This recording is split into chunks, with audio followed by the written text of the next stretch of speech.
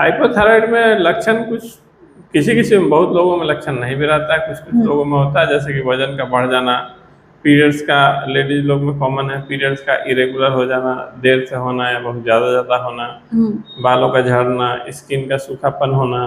ये सब थायराइड के टैबलेट खाते हैं, वो सप्लीमेंट लेते हैं, तो खाने में कोई परहेज नहीं है, कुछ भी खा सकते हैं, लेकिन हाँ सोयाबीन हो गया, बंधा गोभी हो गया, इसको थोड़ा सा कम खाएं, अवॉइड करें। ये भी कम रहता है तो प्रेगनेंसी कंसीव करने में दिक्कत होता है। किसी भी कपल्स को जो कि प्लान कर रहे हैं प्रेगनेंसी का, उनको हमेशा ही थायराइड और शुगर प्रेगनेंसी प्लान करने से पहले ही टेस्ट कर लेना चाहिए।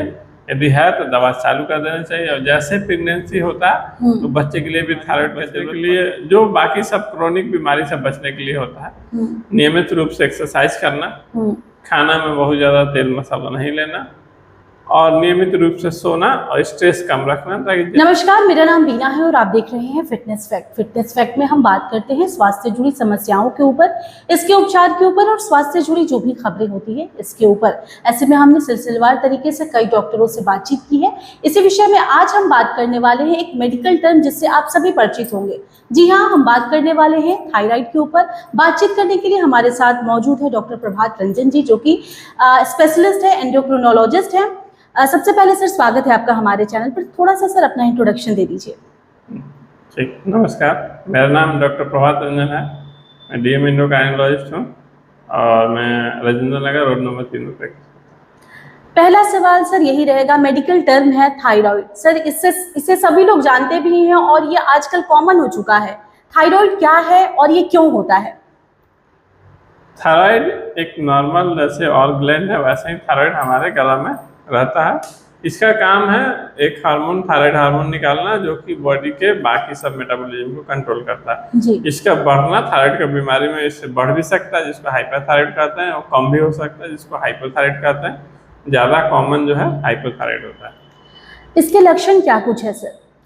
हाइपोथायराइड में लक्षण कुछ किसी किसी में, बहुत लोगों में लक्षण नहीं भी रहता है, कुछ कुछ लोगों में होता है, जैसे कि वजन का बढ़ जाना, पीरियड्स का लेडीज लोग में कॉमन है, पीरियड्स का इरेगुलर हो जाना, देर से होना या बहुत ज़्यादा होना, बालों का झड़ना, स्किन का सूखापन होना, ये सब लक्षण है। सर जानना चाहेंगे, बहुत सारे लोग जो है थायराइड को लेकर ऐसा उनके अंदर मिथ है कि थायराइड कभी ठीक नहीं होता, ये किस हद तक सही है सर? हाँ, थायराइड जो सबसे ज़्यादा कॉमन कॉज है थायराइड का कम होने का, वो ऑटो इम्यून है। ऑटो इम्यून केस में थायराइड का डिस्ट्रक्शन हो जाता है तो वो ठीक नहीं होता है, परमानेंट हमेशा दवा करना होता है। लेकिन कुछ केस में बहुत सारा कारण से और होता है थायराइड, जो कि पूरा तरीके से रिवर्स कर जाता है। अब हम सर बात करेंगे थायराइड में खाने पीने की चीज़ों को लेकर भी बहुत सारे सुझाव सामने से आते हैं कि ये मत खाइए, वो मत खाइए। सर थोड़ा सा इस पर जिक्र करेंगे कि क्या क्या खाना चाहिए और किस चीज़ को थायराइड के मरीज को किन किन चीज़ों को अवॉइड करना चाहिए? ठीक है, थायराइड के मरीज में यदि थायराइड के टैबलेट खाते हैं, वो सप्लीमेंट लेते हैं, तो खाने में कोई परहेज नहीं है, कुछ भी खा सकते हैं, लेकिन हाँ सोयाबीन हो गया, बंधा गोभी हो गया, इसको थोड़ा सा कम खाएं, अवॉइड करें, ये थायराइड को कम करें। कोई फ्रूट्स वगैरह सर ऐसा? बाकी सब चीज़ खा सकते हैं, कोई फ्रूट से कोई दिक्कत नहीं। क्या सर ये भी माना जा सकता है कि जिनकी शुरुआत ही हुई है थायराइड की जो मरीज है, अगर वो दवा ले रेगुलर बेसिस पर या विशेषज्ञ से मिले, आकर डॉक्टरों से मिले, तो वो ठीक हो सकता है? हाँ, एकदम दवा लेते रहने से, फॉलोअप में रहने से, थायराइड नॉर्मल रहने से, जैसे बाकी लोग नॉर्मल लाइफ जीते वैसे जिएंगे विदाउट कोई कॉम्प्लिकेशन, एकदम ठीक रहता है। एक सर ये भी प्रेगनेंसी में थायराइड का कितना होना चाहिए सर? एक जो स्केल होता है, मेजरमेंट स्केल है, बहुत सारे लोग जो अनमैरिड हैं या फिर जो मैरिड हैं, वो प्रेगनेंसी से पहले अगर उनको थायराइड होता है तो प्रेगनेंसी कंसीव करने में कितना उन लोगों को दिक्कत होता है? हाँ, थायराइड यदि कम रहता है तो प्रेगनेंसी कंसीव करने में दिक्कत होता है। किसी भी कपल्स को जो कि प्लान कर रहे हैं प्रेगनेंसी का, उनको हमेशा ही थायराइड और शुगर प्रेगनेंसी प्लान करने से पहले ही टेस्ट कर लेना चाहिए।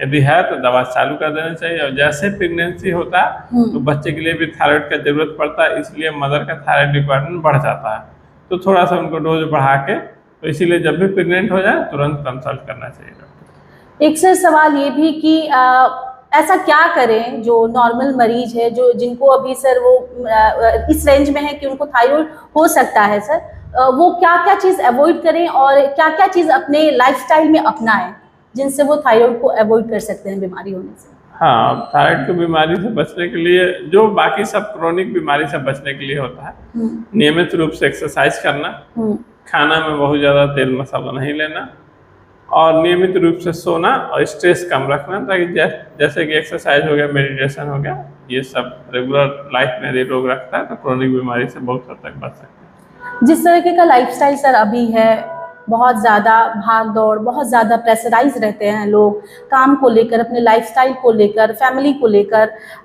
ये सर किस तरीके से थायराइड के मरीज की तादाद जो है वो बढ़ा रहा है और इसको कैसे कम किया जा सकता है?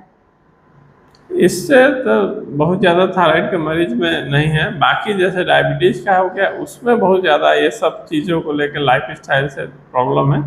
थायराइड में है मोटापा से थायराइड थोड़ा सा TSH बढ़ जाता या थायराइड होने से भी मोटापा हो जाता, दोनों कारण है। तो वही है, अपने आप को सुधारना होगा, आपको लाइफ स्टाइल को चेंज करना होगा, आज नहीं तो कल। जिसमें पहले से रिस्क फैक्टर है वो लोग ज़्यादा सावधान रहें तो ज़्यादा बढ़िया रहेगा, समय पर इलाज संभव है। कोई 5 टिप्स सर फिट रहने के लिए? 5 टिप फिट रहने के लिए वही, जैसा कि हम पहले बोले कि नियमित 30 minute exercise, meditation, sleep hygiene का मेंटेन रखना, समय पर सोना, समय पर उठना, स्ट्रेस कम लेना और 5वां हो गया कि नियमित रूप से आप जो स्क्रीनिंग टेस्ट है कॉमन बीमारियों का, क्रोनिक बीमारी का, वो समय पर स्क्रीनिंग टेस्ट कराते हैं। कितने मन पे सर स्क्रीनिंग टेस्ट जो होता है कॉमनली वो कराना चाहिए? 3 साल पे थायराइड का टेस्ट कराना है, यदि थोड़ा सा लेवल में बढ़ा हुआ तो साल भर में कराना। बहुत बहुत धन्यवाद सर अपना कीमती टाइम हमें देने के लिए। धन्यवाद। तो देखिए, आज हम बात कर रहे थे थायराइड के ऊपर, ये क्यों होता है, इसके लक्षण क्या है, किस तरीके से आप इससे अपना बचाव कर सकते हैं। अगले एपिसोड में हम फिर मिलेंगे किसी नए विषय के साथ, किसी नए डॉक्टर के साथ। तब तक दीजिए हमें इजाज़त। धन्यवाद।